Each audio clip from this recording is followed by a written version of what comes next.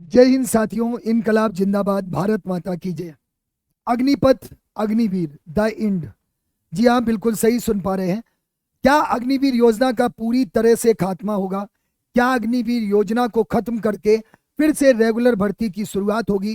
क्या एक बार फिर से भारत के उन सभी युवाओं में एक जोश आएगा जो देश की सेना में जाने का सपना देखते हैं और जो भारत माँ से सच्ची मोहब्बत करते हैं? जी हाँ, बिल्कुल सही सुन पा रहे हैं।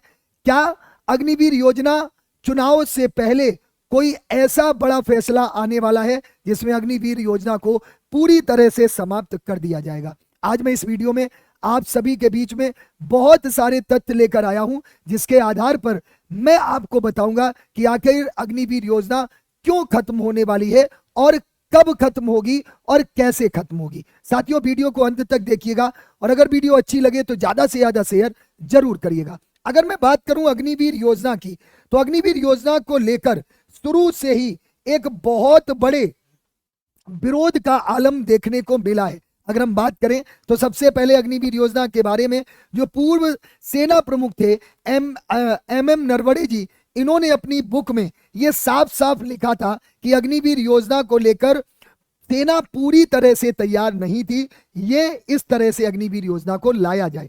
अगर आप बात करें तो ये जो आप जितनी भी घटनाएं हैं, चाहे वो अग्निपथ योजना को लेकर बढ़ सकती है, भर्ती की अधिकतम उम्र सीमा 50% हो सकते हैं स्थायी, 9 जुलाई 2023 की ये इंफॉर्मेशन है।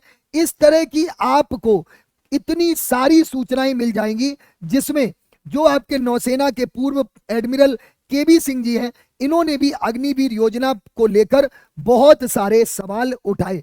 इतना ही नहीं, बड़े बड़े न्यूज पेपर्स ने यह कहा कि अब सेना के लिए बहुत ज्यादा मुश्किल वाली घड़ी है, अग्निवीर योजना को लेकर युवाओं में बहुत ज्यादा नाराजगी है। इतना ही नहीं, सेना की तरफ से भी 2 बार यह प्रस्ताव सरकार को भेजा गया कि अग्निवीर योजना को लेकर सोचने की जरूरत है, इसमें उम्र सीमा भी बढ़ाई जाए और 25% से ज्यादा सैनिकों को परमानेंट किया जाए, सैलरी स्ट्रक्चर पर भी ध्यान दिया जाए।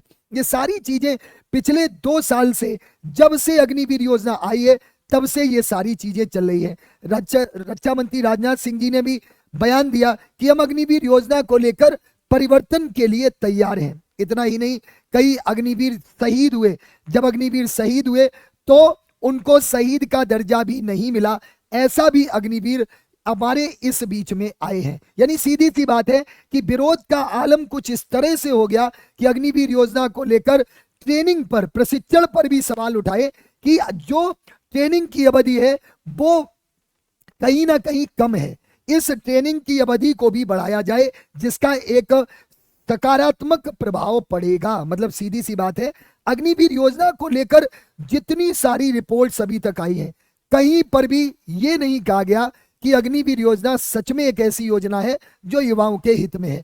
चाहे वो सैलरी को कम करने वाला मामला हो, चाहे वो शहीद के दर्जे वाला मामला हो, चाहे वो पेंशन सुविधा की बात हो, चाहे वो एसीसी इंटी में जाने की बात हो, चाहे वो उम्र सीमा को घटाने की बात हो, चाहे उन अग्निवीर के पेरेंट्स की मेडिकल सुविधा को खत्म करने की बात हो, चाहे शहीद अग्निवीर के परिवार से किसी व्यक्ति को सरकारी नौकरी देने की बात हो, चाहे वो अग्निवीर की अवधि मात्र 4 साल के लिए करने की बात हो। यानी कि कोई भी ऐसा बिंदु नहीं है जिस पर अग्निवीर योजना को सही ठहराया जाए और युवाओं के बीच में एक बहुत बड़ा रोष देखने को मिल रहा है। एक इसका सबसे बड़ा उदाहरण मैं आप लोगों को बता दूं कि जब अग्निवीर योजना की शुरुआत अगर मैं बात करूं तो जब पहले साल जब अग्निवीर योजना आई तब फॉर्म की संख्या कम हुई, जाते जाते अब जैसे जैसे भर्तियां देख रही हैं, जो फॉर्म भरने की संख्या है वो कम होती जा रही है, चाहे वो आर्मी हो,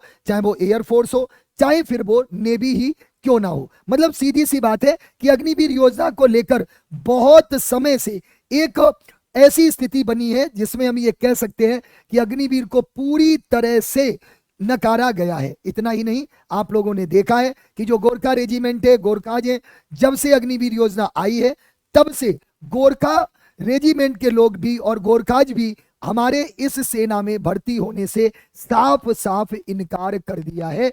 यानी कि जब से अग्निवीर योजना शुरू हुई है तब से गोरखा भी हमारी सेना में भर्ती नहीं हो रहे हैं सैनिक के तौर पर। अगर आप बात करें तो अमृतपाल सिंह जी की डेथ पर भी बहुत सारी चीजें उठी थी, जिसमें उन्हें गार्ड ऑफ ऑनर नहीं दिया गया, शहीद का दर्जा नहीं दिया गया, ये कहा गया कि उनकी राइफल से खुद गोली लगी थी। ये सारे कयास भी, यही सारी चीजें भी चलती रही। मतलब सीधी सी बात है, इतना ही नहीं कि प्राइवेट एम्बुलेंस से सबको भेजा गया। इसके लिए मैं खुद आपको बता दूं कि जब ऐसी घटना हुई थी तब मैं खुद इनके परिवार से मिला था, इनकी मां से मिला था। अगर मैं बात करूं शहीद अमृतपाल सिंह जी की मां से जब मैं मिला तो मैंने जब उनसे पूछा तो उनका भी कहना यही था कि साहब ये तो बहुत गलत है कि हमारे बच्चे को गार्ड ऑफ ऑनर नहीं दिया गया और शहीद के दर्जे के लिए भी हम लोग लड़ रहे हैं। इतना ही नहीं, इनके माता के अलावा, माता जी के अलावा इनके पिताजी से भी मैंने मुलाकात की। मैं खुद पंजाब गया, इनके परिवार से मिला। ऐसे भी इनमें लोग थे जो पूर्व सैनिक थे, उन्होंने भी कहा कि साहब ये बहुत गलत हुआ। हालांकि वहां की सरकार ने, राज्य सरकार ने इनको शायद 1 करोड़ का मुआवजा दिया था और कुछ नौकरी देने का इनके परिवार से भी भरोसा दिलाया था। ये सारी जितनी भी घटनाएं चलती रही वो कहीं ना कहीं अग्निवीरों के लिए एक विरोध की स्थिति पैदा हो रही है, और जिसका एक सबसे बड़ा असर पूर्व अगर मैं सेना के अधिकारियों की भी बात करूं तो इन लोगों ने भी अग्निवीर को पूरी तरह से स्वीकार करने से मना कर दिया है। मतलब सीधी सी बात है, इसका पूरा असर चुनाव के समय भी दिखा। चाहे वो अभी केंद्र की सरकार बनने के पहले चुनाव की बात हो, उस चुनाव में भी अग्निवीरों के असर को माना है, सरकार ने भी माना है, मीडिया की रिपोर्ट्स ने भी माना है, और इसको पूरी तरह से यह स्वीकारा गया है कि अग्निवीरों ने भी चुनाव को लेकर भाजपा का पूरी तरह से विरोध किया है। अब अगर मैं बात करूं, ये सारी जो भी घटनाएं चलती रही, इसके अलावा मैंने खुद इस अग्निवीर योजना को लेकर बहुत सारी आवाज उठाई। मैंने इस चीज को लेकर आवाज उठाने के साथ साथ मैंने ये भी कहा कि अग्निवीर योजना को लेकर हमें फिर से सोचने की जरूरत है। या तो अग्निवीर योजना को खत्म कर दिया जाए या फिर रेगुलर सैनिकों की तरह हमें फिर से अग्निवीरों को भी वही सारी सुविधाएं, वही सारे भत्ते, सब कुछ दिया जाए। इतना ही नहीं, आप अगर देखें तो इस समय पर एक बहुत बड़ी चीज ये चल रही है कि फिर से एक बार अग्निवीर योजना के बारे में खबरें आना शुरू हो गई है। क्योंकि आप लोग देख रहे हैं कि राज्यों में चुनाव है, और चुनाव के समय में सरकार ये बिल्कुल नहीं चाहती है कि उसका किसी भी तरह से नुकसान हो। कोई भी सरकार हो जो सत्ता में होती है, निश्चित रूप से वो इस बारे में पूरा मंथन करती है कि हमारा किसी तरह से कोई भी नुकसान ना हो। इस वजह से अग्निवीर योजना के बारे में फिर से चर्चाएं शुरू हो गई हैं। इन चर्चाओं में क्या क्या चीजें शामिल है? पहला तो 25% से बढ़ाकर 50%, सैलरी स्ट्रक्चर में भी बढ़ोतरी की बात की जा रही है, उम्र सीमा में भी बढ़ोतरी की बात की जा रही है। इसके बाद भी आप अगर देखें तो मीडिया की रिपोर्ट्स के मुताबिक, या फिर आप रिपोर्ट्स का भी देखें, तो इस चीज को लेकर भी अभी भी युवाओं में सहमति नहीं बन पा रही है।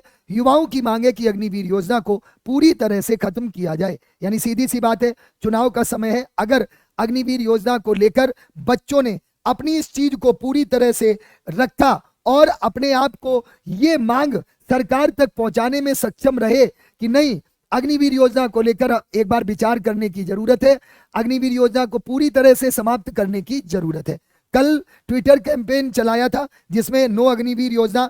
अब मैं आपको बता दूं कि हमारा भी एक उद्देश्य है और हमने उस उद्देश्य के साथ बढ़ रहे हैं। प्यारे बच्चों, जब भी कोई चीज की शुरुआत होती है, आप लोगों ने देखा है कि ट्विटर के माध्यम से बहुत सारे एग्जाम जिसमें धांधलगर्दी हुई, बाद में उनको री एग्जाम कराना पड़ा, उस पर डिसीजन लेना पड़ा।